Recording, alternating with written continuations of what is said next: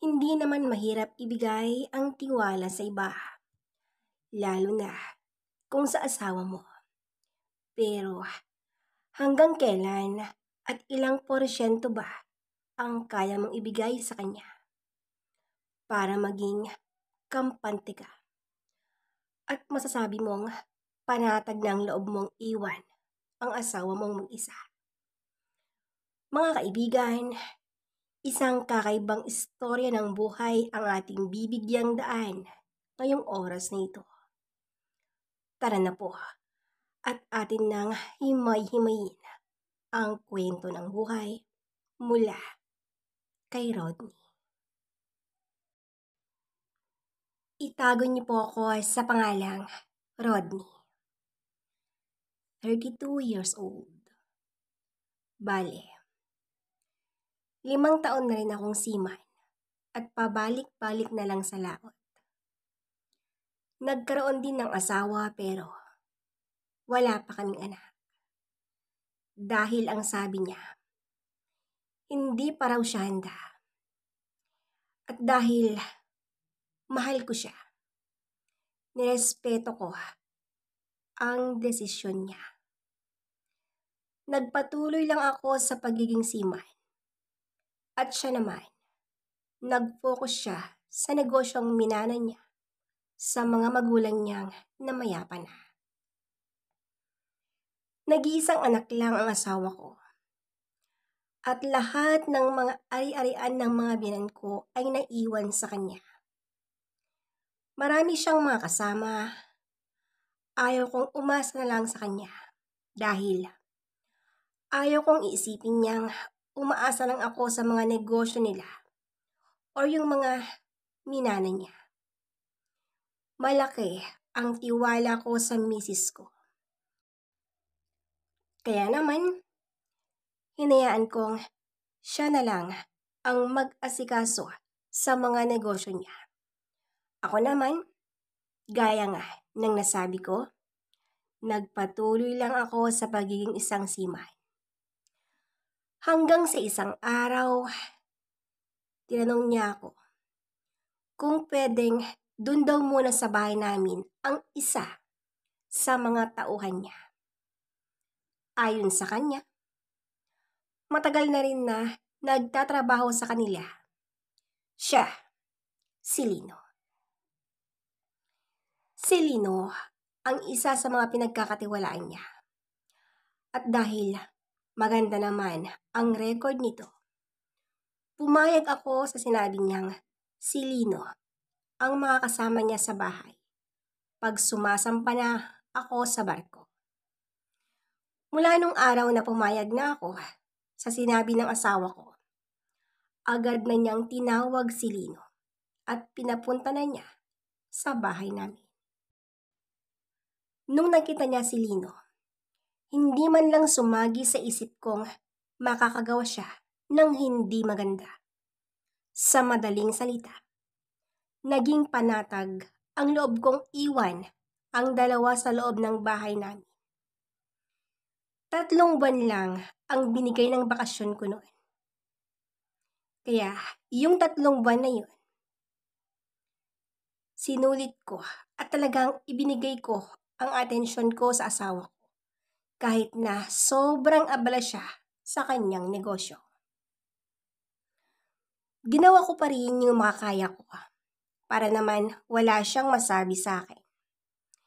Kahit na gabi na silang umuwi, palaging magkasabay na umaalis ng umaga at uuwi ng 10 oras ng gabi ang dalawa, si Lino at ang asawa ko. Nang dahil nga sa katiwala niya na si Lino, naging kampante ang loob ko dahil alam kong hindi niya papabayaan ang asawa ko. Sa katunayan, parang kapatid na ang turing ko sa kanya. Ganon ako katindi. Dahil maganda naman yung mga pinapakita niyang pag-uugali. Naging maayos nga ang samahan namin sa isang bahay. Hanggang sa dumating na yung araw na pagsampa ko sa barko. Pero Bago ako umalis, dito na ako nakaramdam ng kakaibang galaw ng dalawa. Madalas ko na kasing nakikitang nakatitig si Lino sa asawa ko. Gustong gusto kong tanungin si Lino at kausapin siya. Pero natatakot naman ako sa pwedeng mangyari. Baka kasi ano pa ang gawin niya sa asawa ko pag wala na ako sa bahay. At dahil sa takot ko, pinipilit kong baliwalain ang napapansin ko. Nung dumating ng araw ng pag-alis ko, sa katunayan, mabigat ang mga pako habang humahakbang palayo sa bahay namin. Kahit pinipilit ko kasing baliwalain ang napapansin kong kakaiba kay Lino, hindi pa rin yun nawala sa isip ko. At inaamin ko, dala-dala ko yun sa aking pag-alis. At ang sabi ko sa aking sarili, malalaman ko din ang lahat. Nagpatuloy ang pagtatrabaho ko sa malayong lugar para sa amin ng asawa ko. Kahit sobrang napakahirap, tiniis ko ang lahat. Ayaw ko naman kasing may masabi siya sa akin. Ayaw kong sabihin niyang umaasa lang ako sa kanya. Kahit masakit para sa akin ang lumayo, kailangan kong tiisin. Ang sabi ko noon sa kanya, mag-iipon lang ako para pandagdag sa savings namin. Sumang-ayon naman siya noon. At ang lagi niyang sinasabi sa akin, magtiwala lang daw ako. Dapat daw hindi masira ang tiwala namin sa isa't isa. Sa sinabi niyang yun, tinawanan ko lang ito. Dahil malaki naman ang tiwala ko sa kanya. Pero yung labis na pagtitiwala ko sa kanya, hindi ko lubos maisip at hindi ko inaasahan na masisira lang pala yun sa isang iglap lang. Habang magkausap kami ng cellphone nun, nakita kong dumaan si Lino sa kanyang likuran. At ang pinakamalupit, wala itong damit pang itaas. At yung asawa ko, nasa kwarto siya that time. Nung nakita ko si Lino, tinanong ko ang asawa ko at ang sabi ko, wait lang, si Lino yun ah. Anong ginagawa niya sa kwarto? At bakit ganon? Wala siyang damit? Anong ibig sabihin niyan? Ang nagtatakang tanong ko sa kanya. Ah, yun ba? Oo, si Lino nga yun. Naglinis kasi ng CR. Alam mo naman, sobrang init dito. Kaya yan, wala siyang damit. Nako, huwag kang mag-isip ng hindi maganda dyan ha. Walang ibig sabihin nun. Sige na, may gagawin pa ako.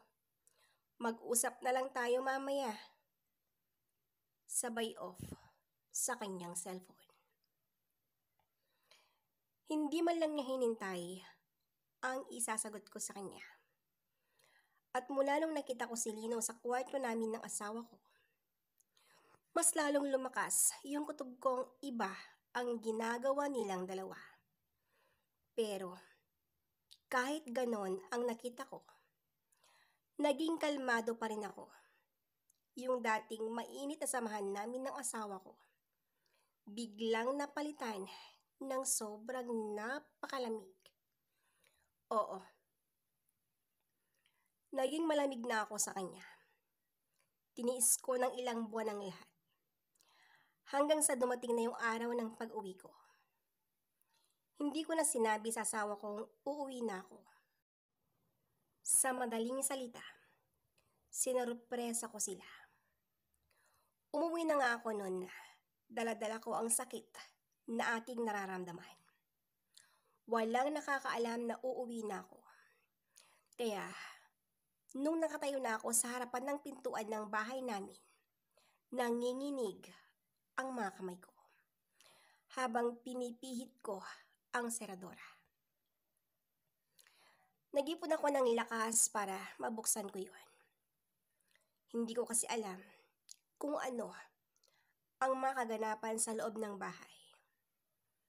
Pagbukas ko ng pintuan, si Lino at ang asawa ko nasa sala at nagpapakalunod silang dalawa sa isang makasalanang gawain. Sa nakita kong ginagawa nila, biglang dumilim ang paningin ko. Sinugod ko ng suntok si Lino at hindi ko ito tinigilan. Hindi na ako makapag-isip ng maayos dahil sa nasaksihan kong ginagawa nila. Buti na lang at may umawat sa amin. Huminto na lang ako sa panununtok sa kanya nung may mga umawat na. Dahil sa pangyayaring yun, nagsidatingan ang mga kapitbahay at yung mga taong gustong makiusyoso sa gulo. Isa sa mga kaibigan ko ang kumausap sa akin at ang sabi niya, kausapin ko daw ng maayos ang asawa ko para wala nang masaktan pa.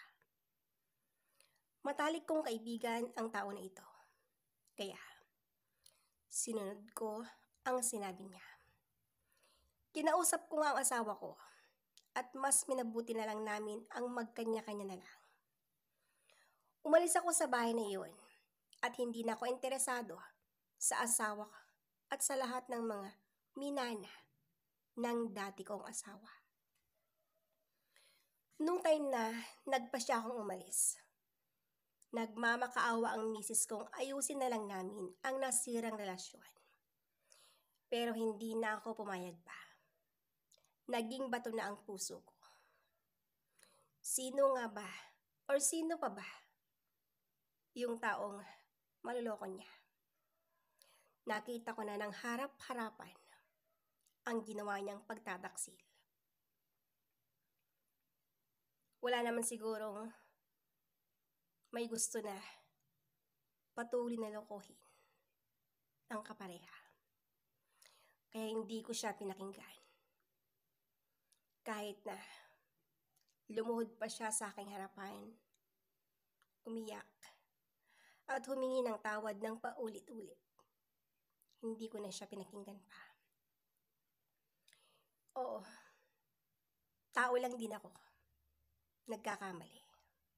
Pero, hindi ako martir. Hindi ko kayang ibantay ang sarili ko sa isang taong nanloko sa akin.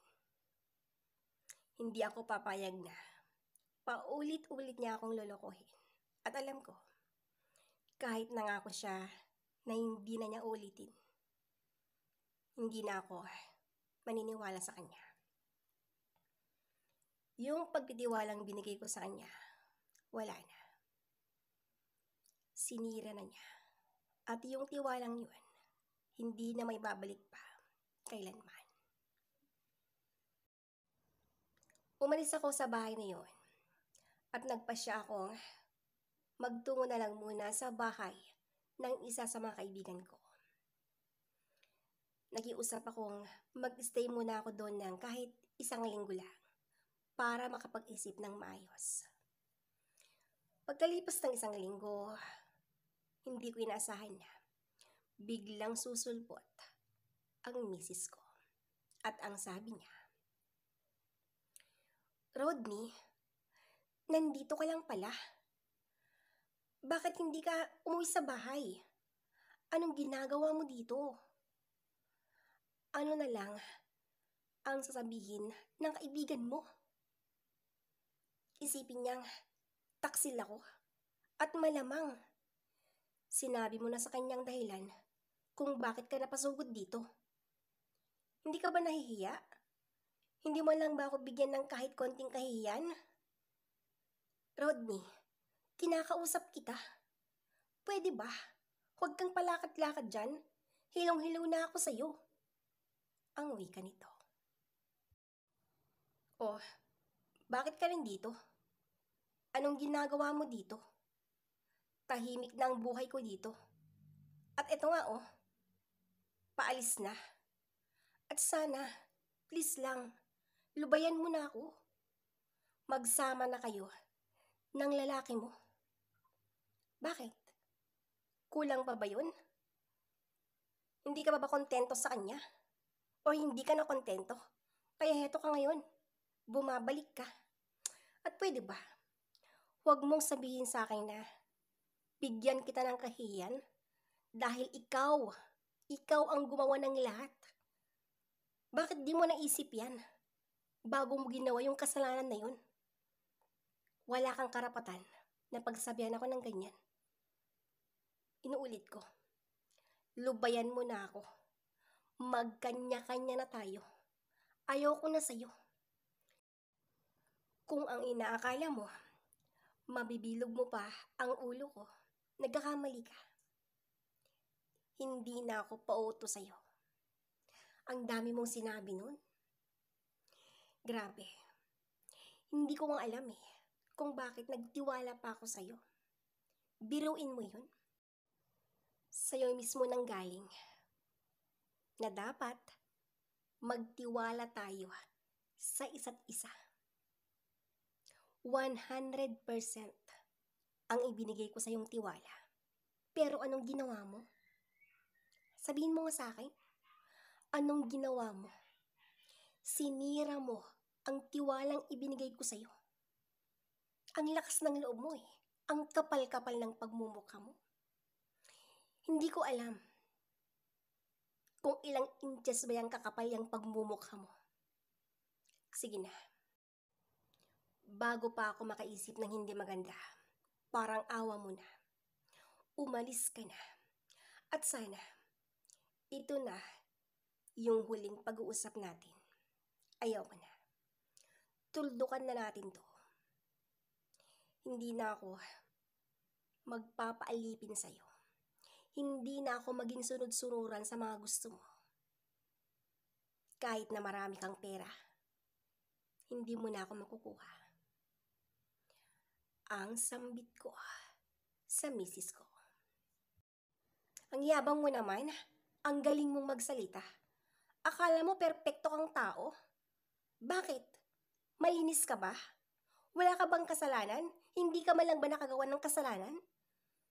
Kung makapagsalita ka naman akala mo kung sino kang santo? Sige, siguro nga. May babae ka na, kaya ka nagkakaganyan. Magsama na kayo sa babae mo. Kung ayaw mo sa akin, edi wag. Yan ba ang gusto mo? Ito nang huling pag-uusap natin, oo. Ayoko na rin sa'yo. Ang galit na sabi nito. Sandali lang. Wala akong sinabing perpekto ako. Bakit? Sinabi ko ba na hindi ako nagkakasala or malinis akong tao? Wala akong sinabing ganon. Ang punto dito ay ikaw. Manloloko ka. Habang ako'y nasa malayo. Nakikipagkalantari ka sa ibang tao. Anong gusto mong gawin ko? Patawarin kita? At teka, magdahan-dahan ka. Wala akong babae. Simulat sa pool, ikaw lang ang minahal ko. Alam mo yan. Kaya, wala kang karapatan na pagsabihan ako ng ganyan. Huwag mong ipasa sa akin ang ginawa mong kayupan. Kaya pwede ba? Umalis ka na. Ang galit na sigaw ko sa kanya. Nung mga sandaling yun, ramdam na niyang nagalit na ako ng husto.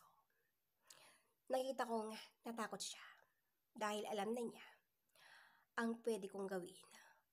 Pag sobrang galit na ako, talagang gusto ko nang ilabas ang sama ng loob ko. Umalis na nga siya sa bahay ng kaibigan ko. At nung nakalis na siya, lumapit ang misis ng kaibigan ko na itago natin sa pangalang Sofia. Oh, Rodney, relax ka lang. Uminom ka muna ng tubig. Grabe ha, nakakatakot ka naman palang magalit. Ang sabi nito. Sofia, pasensya ka na. Ang kulit niya eh. Ewan ko ba, dun sa babae na yun. Hindi na yata tinatablan ng kahiyan. Biruin mo yun. Pumunta pa dito. At gusto pa niyang maghugas kamay. At parang ako pa yung may kasalanan ha. Pinagbintangan pa naman ako na may babae daw ako. Wow! Wow. Sana totoo na nga lang na may babae ako. Kaso wala eh. Walang magkakagusto sa akin. Dahil alam nilang may sabit na ako, may asawa. Sino ba naman ang babaeng papatol sa akin? Wala naman sigurong taong gustong pumasok sa relasyon na magulo, di ba? Ang sagot ko naman. Rodney, alam mo, hindi naman sa kinakampihan ko ang asawa mo pero naintindihan ko siya. Siyempre, nasa malayo ka. Tao lang din naman yun, no? Naghanap siya ng ibang lalaking magpapasaya sa kanya. Siguro, magagalit ka sa akin ngayon or pag-isipan mo ako ng hindi maganda pero alam mo kasi, pag yung isang babae ay napabayaan, siguradong maghahanap yan. Lalo na kung kulang na yung karinyo ng asawa niya. Hahanap yan ng iba. Ang wika nito. Sofia, anong ibig mo sabihin? Bakit ganyan yung mga sinasabi mo? Kinakampihan mo yung asawa ko? Nako naman. Kinakampihan mo yung ganon na kahit alam mo na hindi tama yung ginawa niya? Hindi porket babae ka. Kampihan mo na siya. Sana, timbangin mo naman yung sitwasyon. Sofia, grabe ka naman. Ewan ko sa inyo. Ang sambit ko. Habang nag-uusap kami ni Sofia, nararamdaman kong dumidikit na siya sa akin. Inaamin ko, habang dumidikit siya, bilang isang lalaki, kinilabutan ako. At alam ko na yung ibig niyang sabihin. Bago pa niya magawa ang hindi maganda, iniwasan ko na siya. Sabihin niyo sigurong duwag ako, bakla ako, pero hindi ko kayang gawin ang ginawa rin ng asawa ko. Lalo na't kaibigan ko pa mismo ang asawa ni Sofia. Iniwasan ko siya. Nung araw na yun, umalis ako sa bahay ng kaibigan ko. Hindi na ako nagpaalam sa kanya. Ayaw ko naman kasing madulas yung dila ko at masabi ko sa kanyang dahil sa malandi niyang asawa, kaya ako umalis. Ayaw ko sabihin na inakit niya ako kaya ako nag-alsabalutan. Diyos na lang.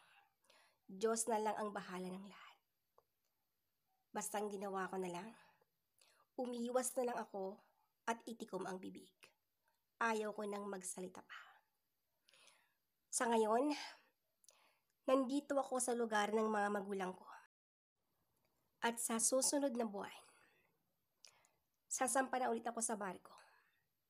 Masakit, sobrang sakit, yung mga nangyari sa aking buhay. Pero, wala akong ibang dapat gawin ngayon, kundi magpatuloy sa buhay at kalimutan na ang lahat-lahat. Pati na rin yung asawa ng kaibigan ko na muntikan na akong magkasala nang dahil sa kanya. At dito ko na po winawakasan ang istorya ng buhay ko. Lubos na nagpapasalamat, Rodney.